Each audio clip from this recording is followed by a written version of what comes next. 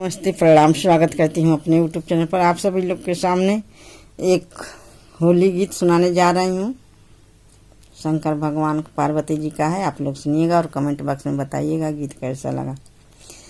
कि गौरा माना मामर बात, फागुन में नैहर माती जइया। गौरा माना हमर बात, फागुन में नैहर माती जइया।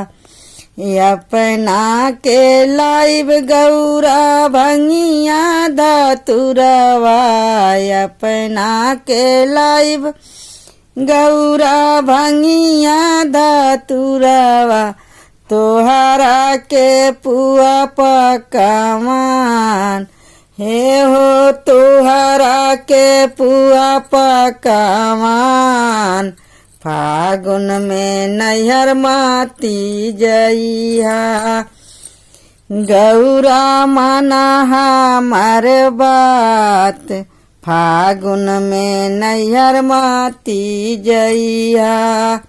गौरा माना हमारी बात, फागुन में नैहर माती जइया।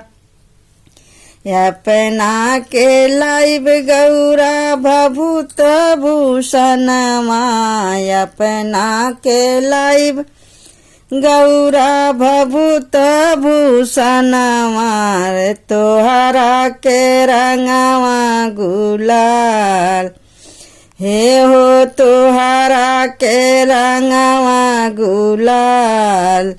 फागुन में नैहर माती जइहा।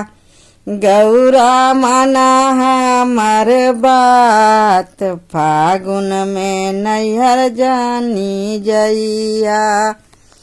गौरा माना हमर बात, फागुन में नैहर माती जइहा। अपना के लाइब गौरा मिर्गा के छलवा, अपना के लाइब गौरा मिर्गा के छलवा। तोहरा के साड़ी बूटेदार, अरे तोहरा के साड़ी बूटेदार। फागुन में नैहर माती जइया। गौरा माना हमर बात, फागुन में नैहर माती जइहा। गौरा माना हमर बात, फागुन में नैहर माती जइहा। गौरा माना हमर बात, फागुन में नैहर माती जइहा।